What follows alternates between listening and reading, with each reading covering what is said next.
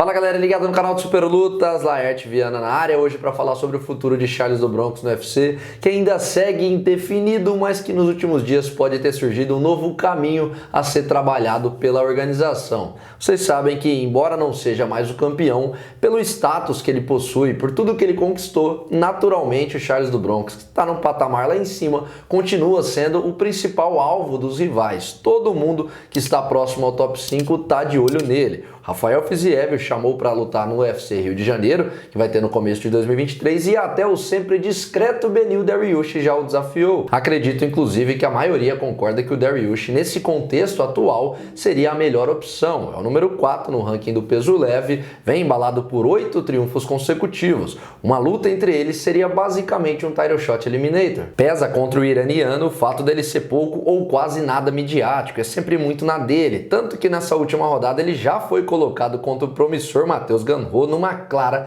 tentativa do UFC em promover o polonês em ascensão. Só que aí o Dariush frustrou os planos e venceu mais um. É óbvio que nem se compara o prestígio, a importância que o Charles tem com o do Dariush, com todo respeito ao iraniano, ali é um outro patamar, uma outra relevância, só que isso não impede, não livra o brasileiro de estar 100%, entre aspas, imune a essa dança das cadeiras entre gerações. Precisamos lembrar que em outubro, uma semana depois dele perder o cinturão, o UFC já ofereceu para ele o perigoso striker Rafael Fiziev, que era o número, se eu não me engano, 7º, 8º da lista, e não traria absolutamente nenhum custo-benefício positivo para o Charlinho. De maneira acertada, ele e a sua equipe negaram, realmente não fazia nenhum sentido essa luta, só que no UFC do último sábado, no Fight Night, um outro jovem, promissor e bastante talentoso integrante desse tanque de tubarões do peso leve resolveu se colocar no caminho do Charles. O jovem Arman Tsarukyan quebrou a sequência de 19 vitórias do duríssimo Damir Ismagulov, venceu pela 6ª vez no UFC e se firmou no top 9 do peso leve e pediu a cabeça do Charles Oliveira,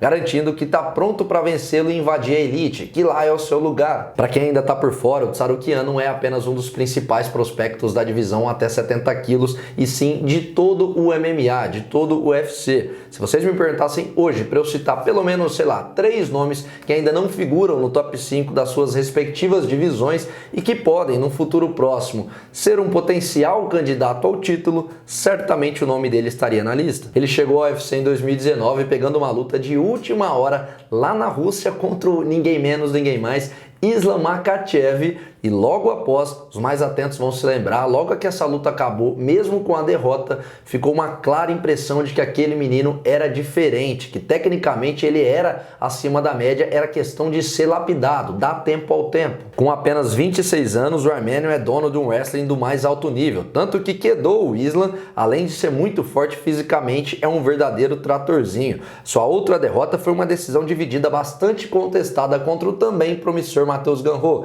agora em junho. Ah, Laerte, mas ele é o 9º do ranking, não faz sentido ele enfrentar o Charles, não seria justo. Eu concordo com isso, eu também acho. Só que eu ficaria zero surpreso se o UFC resolver casar, tentar de alguma maneira trabalhar essa disputa, porque sabemos que eles gostam de encurtar o caminho de novos talentos. Se eles já fizeram isso com o Fiziev, que estava numa situação parecida agora em outubro, que eu acabei de citar, o que impede deles tentarem novamente, dessa vez com o armênio? Por outro lado, eu ficaria surpreso e bastante se o Charles e a sua equipe de alguma maneira considerassem essa possibilidade ou topassem, porque não tem absolutamente nenhuma vantagem nisso. Embora o brasileiro seja favorito, na minha visão, o armênio tem um jogo chato, duro, perigoso e é desconhecido do grande público. Se o Charles o vence na corrida pela uma nova chance pelo cinturão, ele não avança nenhuma casa. O próprio do Bronx deixou isso bem claro no podcast que gravamos semana passada, que agora ele e a sua equipe vão ter bastante cautela para definir o próximo passo,